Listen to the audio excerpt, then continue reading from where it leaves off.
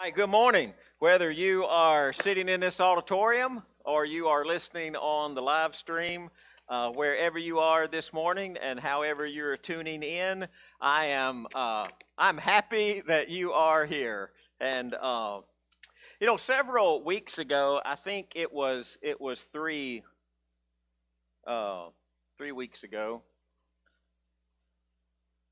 I don't know if this is working or not.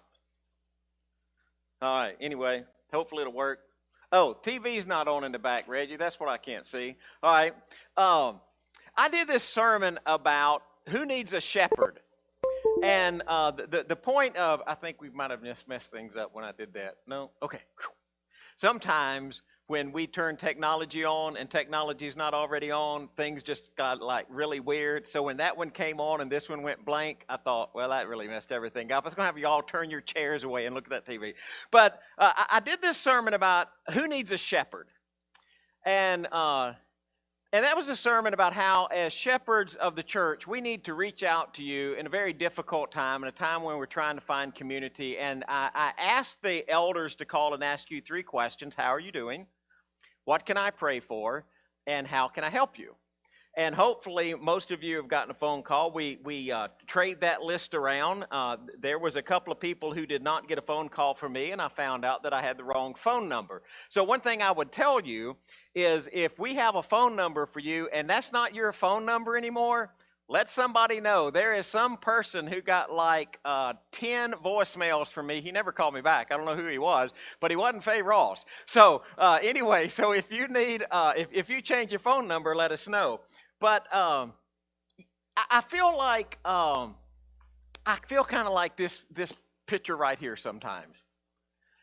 In all of the things that are going on, and trying to find community and try to understand church and trying to stay in contact with you and trying to stay together, a lot of times I feel like that guy who is looking through the binoculars, and I know you're out there, but I'm just trying to figure out exactly where you are. Now, I have to be careful how I say this, because this is not any kind of condemnation if you're listening on the live stream and you're not sitting in the auditorium, okay? So understand it's not anything about that. If you're more comfortable listening on the live stream than being in here, understand that. Understand things that are going on. It's just sometimes me trying to see you. Now, I have to confess, for a while, I was very cautious about who I would go see, because I had not had COVID and I didn't know if I was a COVID carrier, and the very last thing that I wanted to do was give it to one of you. Now I think I have had it, and I don't know how that's going to change that or not. And I'm really reluctant about saying to somebody, I really think you ought to come back and worship, because the very last thing I want to do is to encourage you to come into the auditorium, and you come into the auditorium and you catch COVID. So I'm careful about how I say that. So I just saying that to let you know there's kind of no condemnation about that.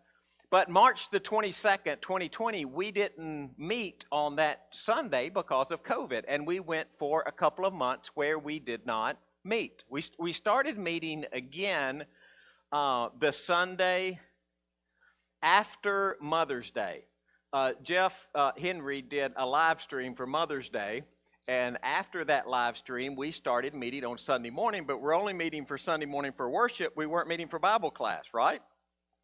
Later, we started meeting for Bible class, and I don't really remember the exact date for that, but I think it was around the 1st of August. We started meeting for Bible class on Sunday morning. So now we're kind of meeting Sunday morning Bible class, Sunday morning worship. We're not, but there's still a lot of things not happening, right? We're not meeting on Wednesday night.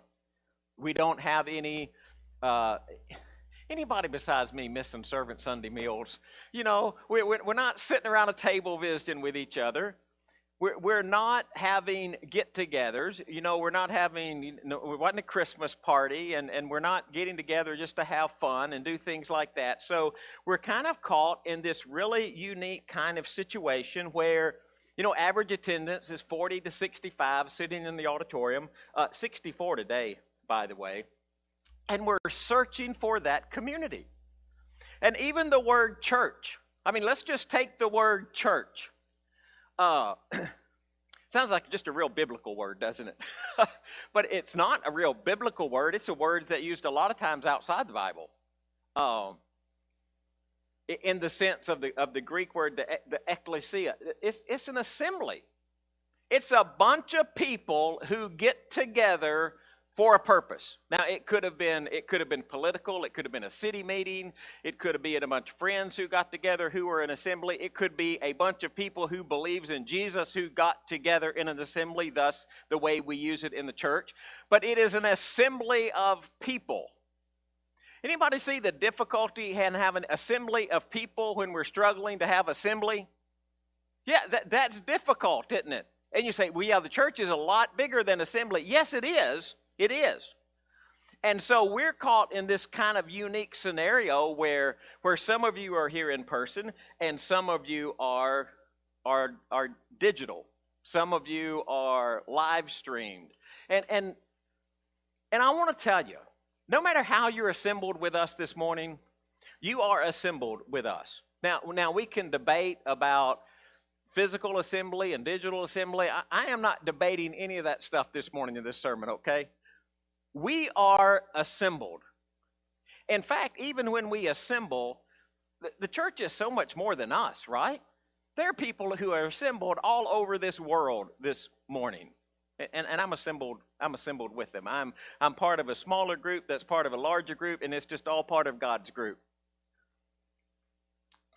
But when I was thinking about all of this, and I was thinking about, man, how do I really communicate the need for us to stay in touch with one another? You know what verse came to my mind?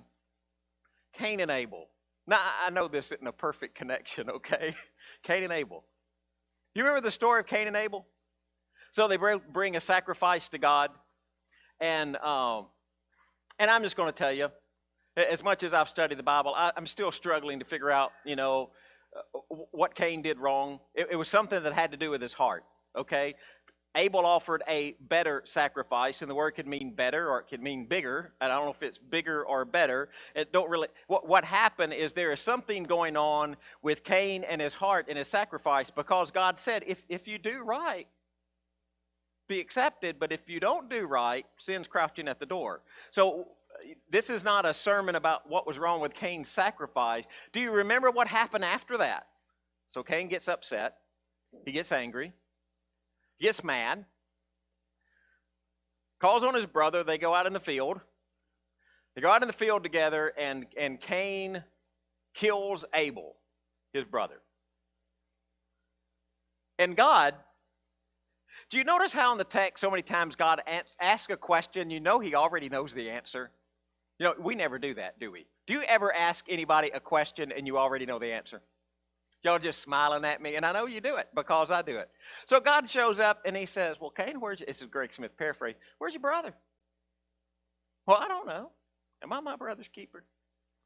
That's about the way I would answer it. What's the answer to that question? Am I my brother's keeper? Somebody answer that question for me. Yes. Yes, you are your brother's keeper. Now, I'm going to be real careful in how I say this because it's just grammar. Okay? Are you your sister's keeper? Yeah. Don't look at it and say, well, he just said brother. No. Are you your sister's keeper? Yes. Yes, you are. When you think about church, are you the keeper of others? Yes. Now, remember that sermon about elders? We just kind of pushed that all off right on the elders, right? But we don't push it all off on the elders because you have a responsibility there. It reminds me of, the rich young man, and you try to justify yourself, so the first thing you say is, well, who's my brother? Right? Who's my brother? Remember the rich young man said, well, who is my neighbor? And Jesus' comment was pretty much, the Greg Smith paraphrase, everybody you come in contact with is really your neighbor. Who's your brother? And you say, well, I don't have a list. And I'm just going to tell you, I'm sorry to tell you this, but that is just your own fault. All right? Now, I'm going to do something I don't normally do. Does anybody ever remember seeing one of these? This is the Clarksville Highway Church of Christ Family Directory. Now, I am going to tell you something about this, and I don't want to hurt your feelings, and it's not anybody's fault. I'm just going to tell you this just straight up so that you don't misunderstand. This thing is antiquated, right? This is antiquated.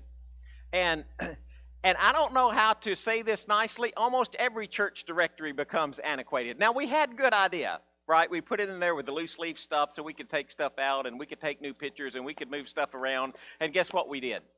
Oh, nothing. Okay, so that's antiquated. So if you have one of those, you need to know it's not really up to date. Now, how many people in here have a smartphone? Oh, there we go, some hands. Now, if you don't have a smartphone, I'm going to lead you through some things, okay? If you don't have a smartphone, I want you to know that we'll print what's in this app out for you if you really need it, if you don't have a smartphone, okay? Are you with me? So, but if you have a smartphone, there is this cool little thing on your phone. It looks like that picture right there, if you look at the App Store, and it's got this really fancy name, Instant Church Directory. Now, I'm so nice, and I love you so much. If you have an iOS device, there are instructions in the back of how you can put that on your phone. Now, you don't really need those instructions because most of you know way more about that than I do. If you have an Android, there's some instruction about how you can access it on an Android. That's back there in the back. If you have a computer, there's some instructions about how you can access that on a computer. Now, this is really important. Okay, this is extremely important. Listen to what I am about to say. Okay, do not mess this up. Listen very closely. If you gave us an email address, when you try to access that app, you must use the email address you gave us. Okay? If you don't know what that is, you're going to have to call me. Because if you don't use the email address you gave us at the beginning, you're not going to get into that app. But this is a really cool thing because there are 77 families in here. Now, I don't know how many individuals that is, but there's 77 families. I can hit this little menu button. I want you to see how cool this is. I can hit that menu button, and I can go down here to birthdays. Look at that. There's all the birthdays in February. By month. You can just look down there and see who's having a birthday. What is today? Today is the 7th, right? Nobody having a birthday today. Happy birthday, Cheryl. Cheryl had a birthday yesterday. All right. Right in there. You know, you can look. Isn't that cool? You can hit back button, and you can hit that little menu button. It's got a button that says anniversaries. Oh, looky there. There's anniversaries. Isn't that cool? Now, you're saying, well, Greg, why are you telling me all of that? Well, it's really simple. If you want to contact somebody, what's a couple of things that you need? Email address and a phone number. You know what you can get in the Instant Church Directory? Email address and a phone number. If you don't know where to find it on your computer, you can go to instantchurchdirectory.com if you can't find it on your app store, on your Android. Now, there's 77 families, right? I did a little homework for my sermon. Y'all like this? 48 of you are signed up. 48 people have access to the Instant Church Directory. The rest of y'all get busy, get Instant Church Directory on your phone, all right? If you don't have a smartphone, let me know. We'll work something out. We'll get it printed out to you. And you're saying, well, Greg, I know, but I don't really want... Yeah, you do. Yeah, you do, because this is what I need you to do. And I don't need you to do it as much as Jesus needs you to do it. Do you know you're responsible for your brother and your sister in Jesus spiritually, physically, and emotionally? Can you think about that for just a second? Spiritually, physically, and emotionally. Spiritually. You know, I'm your shepherd, and I'm responsible for your spiritual development. But if you look around this auditorium and you'll see the faces of people who are sitting in this auditorium, you know, that's just not my responsibility as a shepherd. Do you know that's your responsibility for the other people who are believers who are part of your church family? Brothers, if someone is caught in a sin, you who are spiritual should restore him gently. But watch yourself, or you also may be tempted. If I see you caught in a sin, what is my responsibility? Restore you gently. Oh, no, I'm calling the elders. I'm going to let them handle that. No. You know, it might be something that you're so close to somebody that you're maybe the only one who can talk to them about that. You may have such a unique relationship with another person, you may be the only one who knows what they're struggling with. We who are strong ought to bear with the failings of the weak and not to please ourselves. Each of us should please his neighbor for his good to build him up. What's my responsibility? Is it to get my own way? Oh, no. No. What am I supposed to be concerned about? Pleasing your neighbor and building you up. That's it.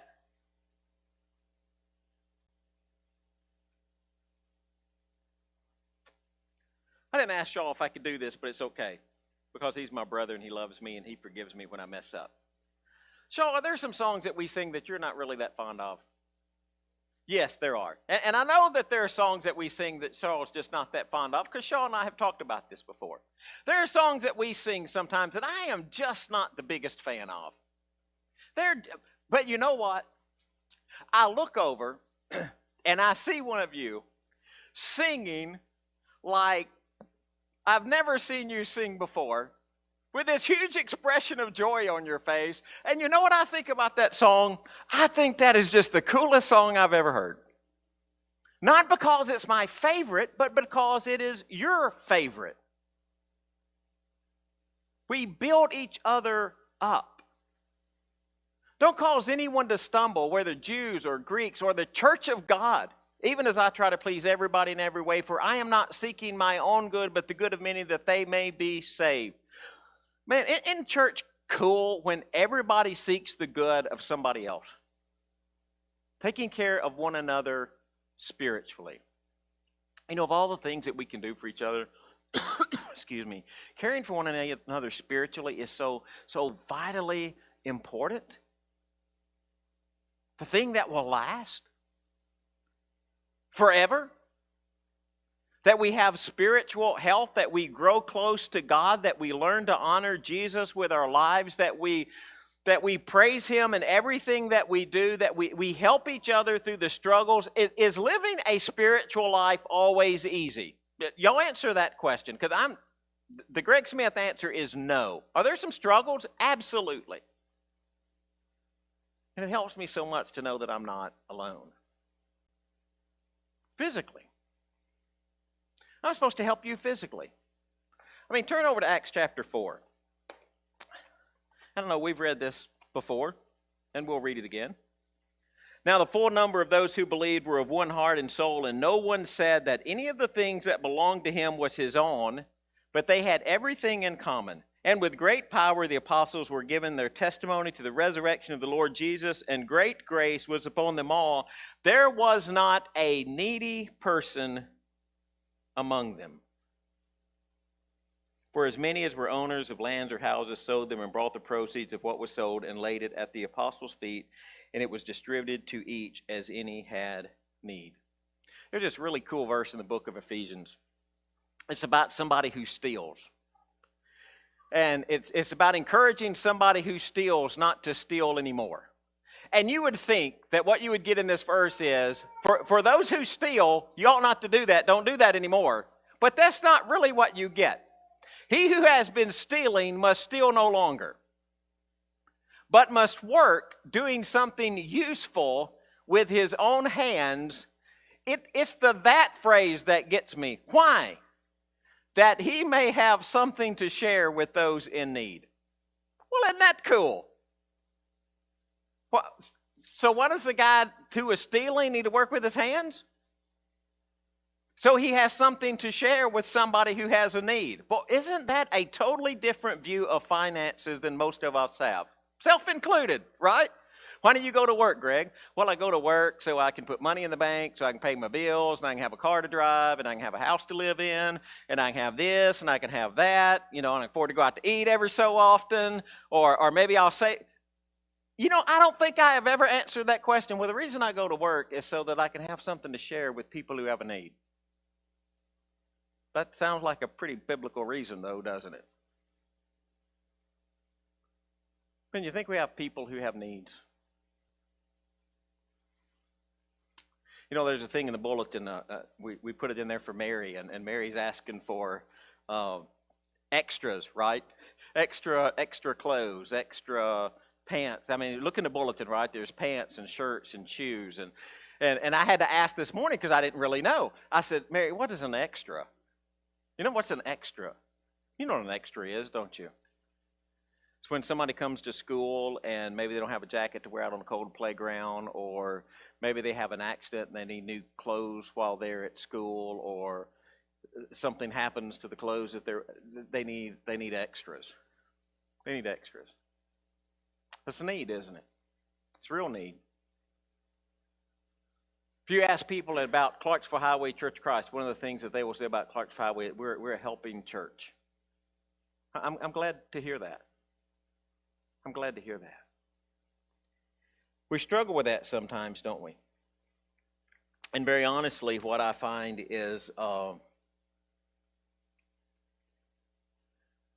sometimes what I find is the people that I'm most open to helping are the ones who are the very least likely to ask.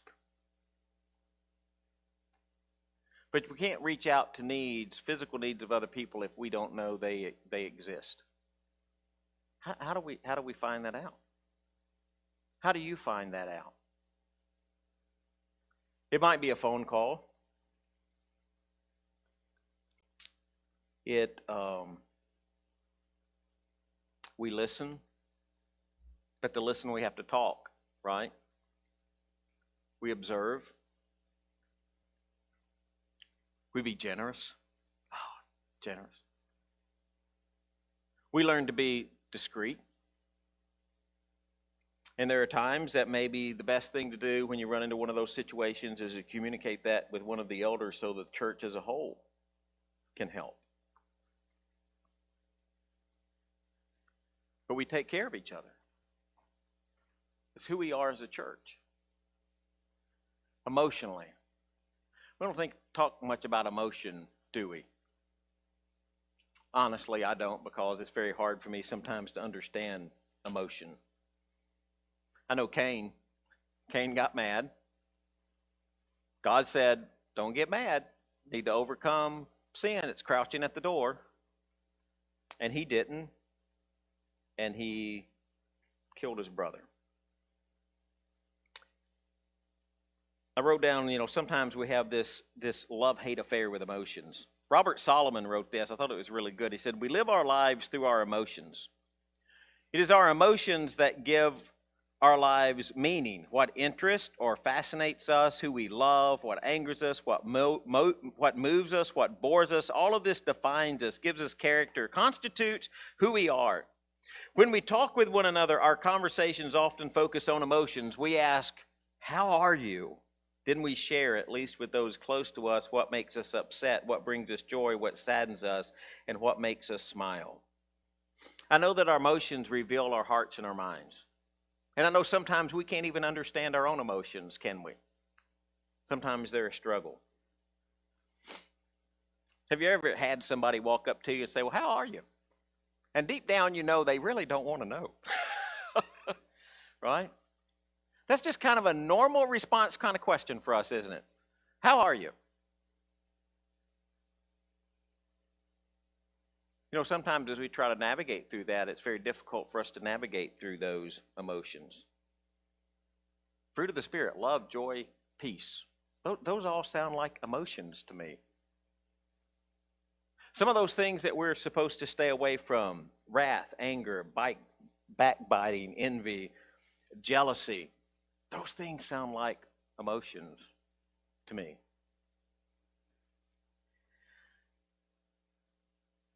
You look into our life and, okay, you can have positive emotions, right? So you think about the past or present. You can have happiness, joy, or relief. Those are all good positive emotions. Or you can have negative emotions, which are guilt and sadness and anger. The future, we can be excited and we can hope about the future, right?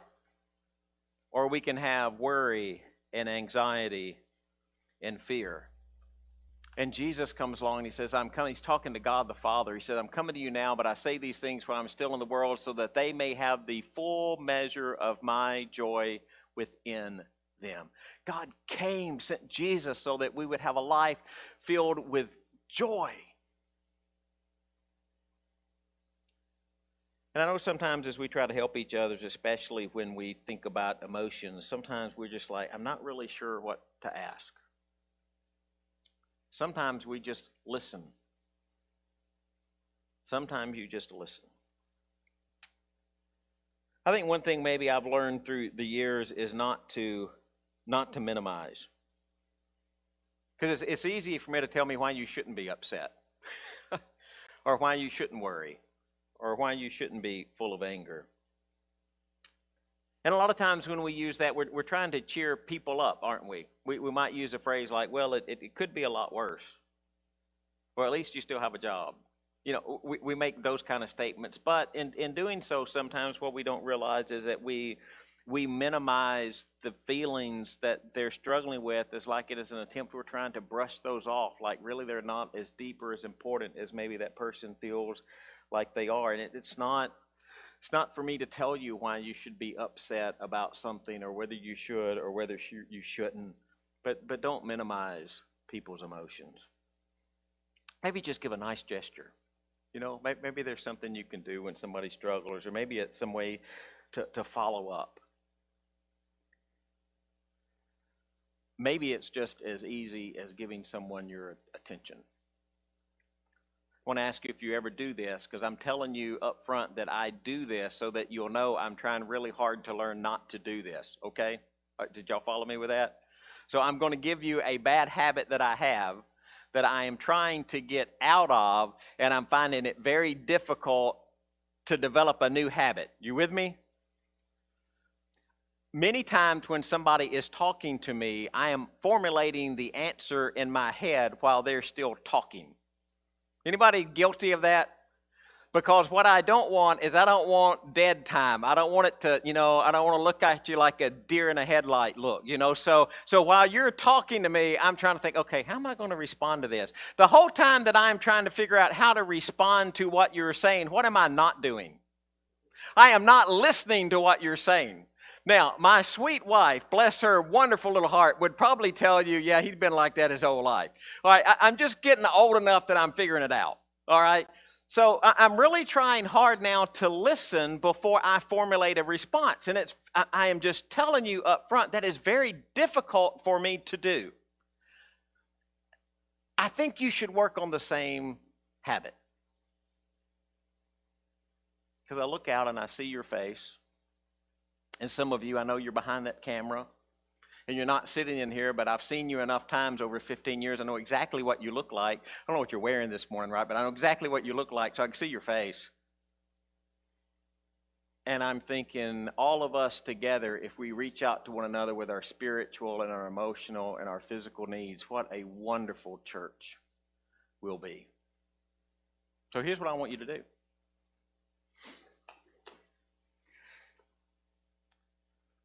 I want you, how many of you sit in the same place? Oh man, it's 10:58. How many of y'all sit in the same place every Sunday? Okay, there's the hands. It's like we could put your names on stuff out there. Look down your row. You missing anybody? Now, some of y'all are all family. We have some families who just sit all on the same row, and it's like, they know if they're not there, they're family. Look around. You missing anybody? If you don't see anybody in your row, and it's okay, it's church, just look around. Just start looking around the auditorium. Look all around. Look at the back, look at the front.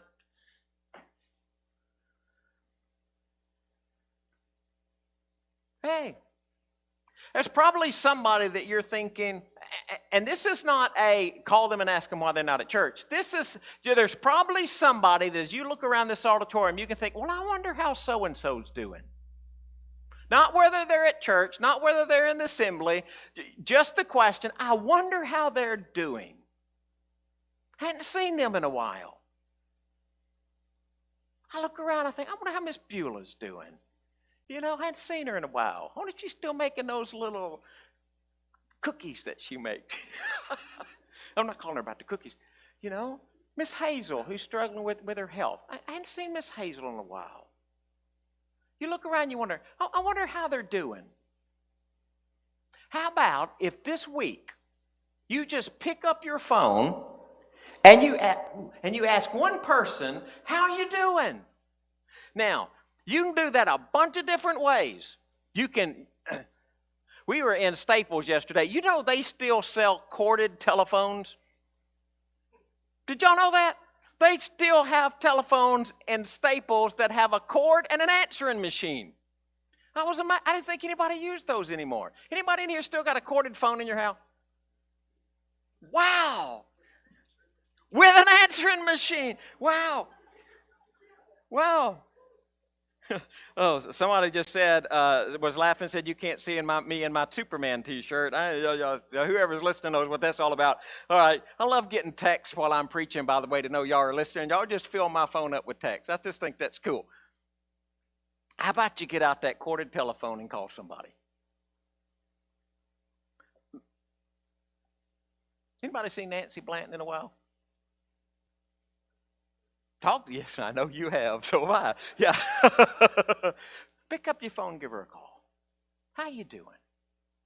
Now, this is a really cool piece of machinery. Anybody out there know how to make a video call?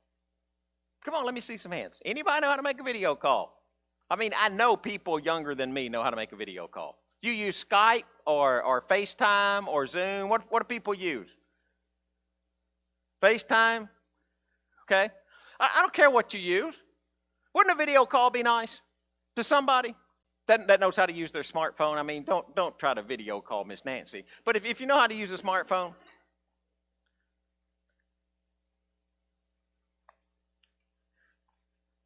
what if you send them a card? Just a card. Somebody the other day told me, said, man, I've just gotten so many cards, and it's just so nice. Somebody was sick. I was thinking, wow. You know what I thought immediate when they said, I've gotten so many cards and it was just so nice? I didn't send them one. Called, checked on them, but I didn't send them a card. Yeah, maybe just a card. Do you know how special cards are nowadays, by the way? Everybody does text message and email. Anybody just like, when you get a handwritten card, you just think, is that just not the coolest thing ever? I honestly feel when I get a handwritten card, it's like, wow, this person like went overboard to send me something. And then I say, why don't I ever do that? Well, I don't know. One person. Am I my brother's keeper? Yeah. Am I my sister's keeper? Yeah. Is there somebody out there who probably needs just a phone call would mean so much to them emotionally, just to hear a voice? Think there's anybody locked up inside a house who's not getting out because of COVID that just a phone call would mean the world to? Somebody who's got a lot of technology and they get a video call. I mean, I'm telling you, we got this Tuesday morning Bible class that we're doing at 10 o'clock on Tuesday, and this isn't to plug the Tuesday morning Bible class, but you know what I like about the Tuesday morning Bible class? We're just sitting there on Zoom together. And we're just, I mean, the first 30 minutes this week on our Tuesday morning Bible class, all we did on Zoom, I didn't even have to teach anything. We just say, hey, how's everybody doing? We got sick reports, good reports, we got all kind of reports. It was cool. Why? Because they were interacting. They were communicating with each other. I don't want us to get lost thinking that church is just the folks who are here, because there are so many out there who are listening. Is it a struggle kind of in our COVID world to maintain connection with each other? Yes. And I'm asking you to go above and beyond to make sure that happens. And next week, we're even going to talk about some other ways we can use to do that. You know, the greatest thing? Just faith in Jesus Christ. Make it your mission this week to help somebody, whether it's emotionally, physically, spiritually. Reach out to someone. Let them know how much you care. This hasn't really been a sermon about faith in Jesus, but if you don't have faith in Jesus or you're struggling with life, let your brothers and sisters in Jesus help you with that while we stand and sing.